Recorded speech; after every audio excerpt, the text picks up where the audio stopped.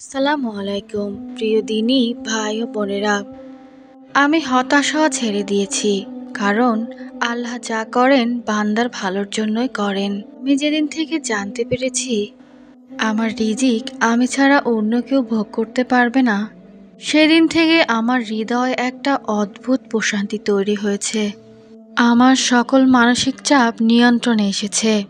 আমি নিশ্চিন্তে দু চোখ বন্ধ করে ঘুমাতে পারি।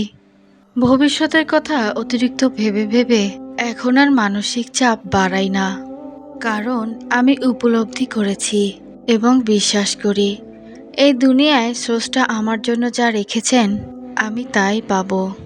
আমি জানতে পেরেছি আমি ছাড়া আর অন্য কেউ তা ভোগ করতে পারবে না। সেদিন থেকে আমি আর কাউকে নিজের প্রতিদ্বন্দ্বী ভাবি না, কারোর সঙ্গে প্রতিযোগিতা করি না, কারো ভালো দেখলে এখন আর আফসোস করি না। জীবনে যা আমি পাইনি তার কোনোটাই আমার রিজিকেই ছিল না, এই কথা বিশ্বাস করে আমি আর আফসোস করি না।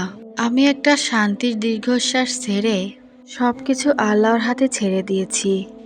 আর আমি এই বিশ্বাস নিয়েই থাকি এবং সব সময় বাঁচতে চাই। আল্লাহ যা করেন ভালোর জন্যই করেন। যা আমার জীবনে ঘটে তার একটা কারণ আছে বলেই ঘটে। যা আমি পাইনি এবং যে অপ্রাপ্তি আমাকে মানসিক কষ্ট দিয়েছে সেগুলো না পাওয়াই হয়তো আমার জন্য ভালো ছিল। পরবর্তীতে আমি উপলব্ধি করেছি যা আমি হারিয়েছি তা ভালো কিছুর জন্যই হারিয়েছি। এই বিশ্বাস যদি হৃদয়ে ধারণ করতে পারি তাহলে কোনো কিছু নিয়েই আর আফসোস হবে না। নিজের রিজিক নিয়ে দুশ্চিন্তার কিছু নেই। আমার বা আপনার ভাগেরটুকু কেউ কেড়ে নিতে পারবে না। এই অধিকার শুধু আল্লাহ তাআলা আমাকেই দিয়েছেন, আর কাউকে দেননি। তাই এই বিশ্বাসকে হৃদয়ে ধারণ করে বেঁচে থাকতে হবে, তবেই না আপনি মানসিক শান্তি লাভ করতে পারবেন। আর এই বিশ্বাসেই আপনাকে মুক্তির পথ দেখাবে। শুধু খাদ্যদ্রব্যই রিজিক নয়, পরিবারের সুখ শান্তি, পেশা জীবনের সফলতা, ভালো জীবনসঙ্গী, সুসন্তান, উত্তম চরিত্র, টাকা পয়সা এবং ভালো বন্ধুও রিজিকের অন্তর্ভুক্ত। তাই জীবনে ভালো যা কিছুই অর্জন করবেন তাই স্রষ্টার কাছে অবশ্যই কৃতজ্ঞতা জানাতে ভুলবেন না। আমরা ভালো মুহূর্তে স্রষ্টাকে ভুলে যাই আর খারাপ মুহূর্তে স্রষ্টাকে স্মরণ করি, যা আমাদের জন্য কখনোই উচিত নয়। জীবনে ভালো মন্দ যা কিছুই ঘটুক না কেন আল্লাহ তাআলার প্রতি শুকরিয়া আদায় করতে হবে, তবেই আপনার জীবন হবে সুন্দর ও শান্তিময় জীবন। আল্লাহ আমাদের সকলকে সঠিকটা বোঝার তৌফিক দান করুক, সবাইকে 5 ওয়াক্ত নামাজ পড়ার তৌফিক দান করুক, সবাইকে হেদায়েত দান করুক। তাহাজ্জুদ নামাজের শক্তি ও গুরুত্ব অনেক বেশি, আর এই তাহাজ্জুদ নামাজের দোয়া ফিরিয়ে দেওয়া হয় না। তাহাজ্জুদ নামাজ ভাগ্য বদলানোর ক্ষমতা রাখে। তাহাজ্জুদ নামাজ একটা মিরাক্কেল, এর ফজিলত ও শক্তি অনেক বেশি।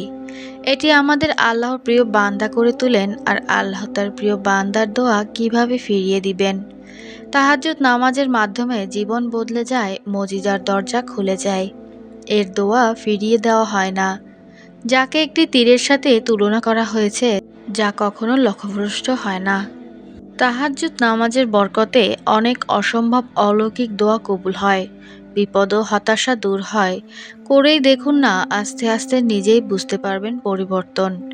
যখন তাহাজ্জুদের নামাজে পৌঁছে যাবেন তখন বুঝে নেবেন জীবনের পরিবর্তন হতে চলেছে। এই সময় স্বয়ং আল্লাহ শেষ আসমানে নেমে আসেন আমাদের ফরিয়াদ শুনতে ও দোয়া কবুল করতে।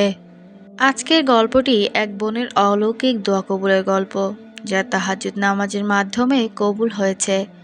তিনি তার হালাল ভালোবাসাকে পেয়েছেন, যা অসম্ভব ছিল। তিনি প্রতি রাতে তাহাজ্জুদ নামাজে কেঁদে কেঁদে হালাল ভালোবাসাকে চাইতো। আজ থেকে আরও 8 বছর আগে আমার একটা ছেলের সাথে সম্পর্ক ছিল। আমি তাকে অসম্ভব ভালোবাসতাম। আমরা একসাথেই পড়াশোনা করতাম। যখন স্কুলের গণ্ডি পেরিয়ে কলেজে উঠলাম তখন তিনি হঠাৎই প্রবাসী হয়ে গেলেন। আমি বিষয়টা জানতাম না। আমার জানা মতে সে অনেক ভালোবাসতো আমাকে, কিন্তু আসলে সে আমাকে ভালোই বাসতো না। ভালোবাসার নামে অভিনয় করেছেন মাত্র। সে যা বলেছে আমি সব সময় তাই করেছি। তার সব আবদার আমি পূরণ করেছি। তার জন্য স্যাক্রিফাইস করেছি সবকিছু। সে আমাকে মিথ্যা আশ্বাস দিয়ে আমার কাছ দিয়ে অনেক টাকা পয়সা নিয়েছে, তাও আমি সবকিছু জেনে তার পায়ে পড়েছিলাম যেন সে সম্পর্কটাকে হালালভাবে মেনে নেয়। আর কিছুদিন পরে আমি জানতে পারি সে একটি অন্য মেয়ের সাথে সম্পর্কে গেছে এবং তারা খুব তাড়াতাড়ি বিয়ে করবে। আমি তাকে ফোন দিতেই আমার ফোনটা কখনো রিসিভ করেনি। অনেক অনুরোধের পর আমার ফোনটা রিসিভ করে। তারপর আমি তাকে কিছু বলতে চাই। আমার সাথে সে বলে কোনো সম্পর্ক বা যোগাযোগ আর রাখতে চায় না। তারপর আমি মানসিকভাবে খুবই ভেঙে পড়ি। কোনো দিক দিশারা খুঁজে না পেয়ে আল্লাহর উপর ভরসা রেখেছি। আমি ধৈর্য ধারণ করেছি আল্লাহর উপর। নিশ্চয়ই আল্লাহ এর উত্তম ফয়সালা দান করবেন। আমি প্রতিদিন তাহাজ্জুদ নামাজ পড়া থেকে যত আমল ছিল করা শুরু করেছি আর মন থেকে আল্লাহ তাআলাকে ডেকেছি। আল্লাহ আমাদের কল্যাণের জন্য অনেক সময় অনেক দোয়া কবুলে দেরি করেন, কিন্তু তিনি উত্তম সময়ে উত্তম রূপে উত্তম প্রতিদান দান করেন। দোয়ার ফল দেন যা আমাদের চাওয়ার চেয়েও অনেক বেশি। তাই দোয়া ও আমল করতে থাকুন সবর ও তাওয়াক্কুলের সাথে এবং ফয়সালা রাখুন আল্লাহর উপর ছেড়ে দিন। তিনি জানেন কোনটা ভালো আর কোনটা খারাপ, কোনটা কল্যাণকর আমাদের জন্য। তারপর হঠাৎই আল্লাহ তাআলা আমার জীবনটা অনেক সুন্দর করে বদলে দিয়েছেন।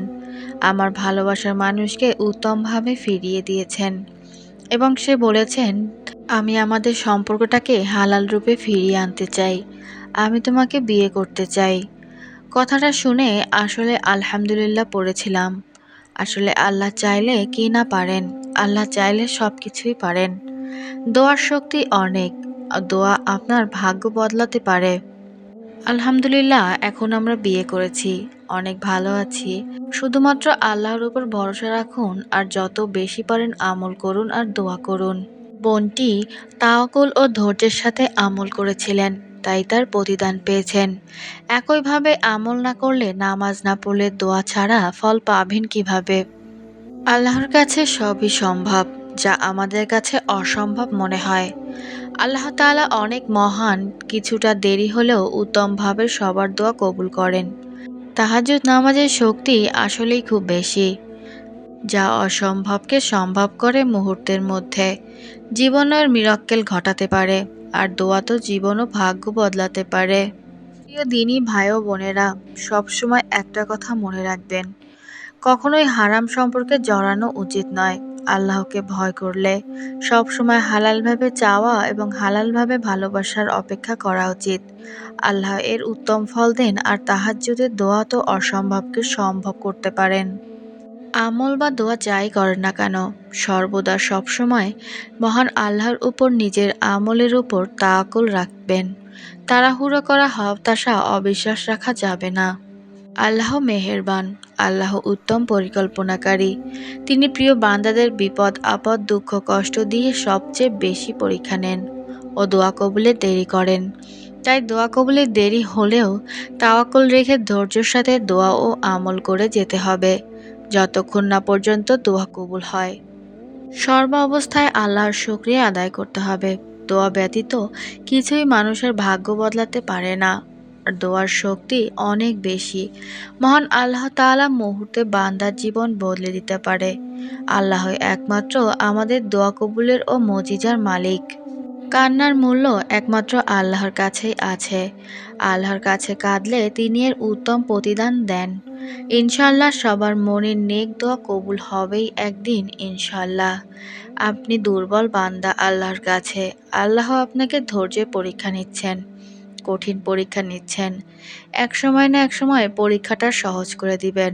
আল্লাহ তাআলা কখনোই কাউকে খালি হাতে ফিরিয়ে দেন না। আল্লাহ আমাদের সবাইকে ঠিকঠাক মতো ৫ ওয়াক্ত নামাজ আদায়ের তৌফিক দান করুক। সবার মনের নেক আশা কবুল করুক। সবাইকে হারাম ত্যাগ করার তৌফিক দান করুক। ঠিকমতো দ্বীনের পথে চলার তৌফিক দান করুক। সবাই ভালো থাকুক। আল্লাহ হাফেজ। আমার ভিডিওটি ভালো লাগলে বেশি বেশি শেয়ার করে দিবেন এবং আমার চ্যানেলটি সাবস্ক্রাইব করে সবাই আমার পাশেই থাকবেন। আপনাদের যদি কোনো দোয়া কবুলের গল্প, আমল, ভিডিও শেয়ার করার থাকে, কমেন্ট বক্সে যোগাযোগ করতে পারেন।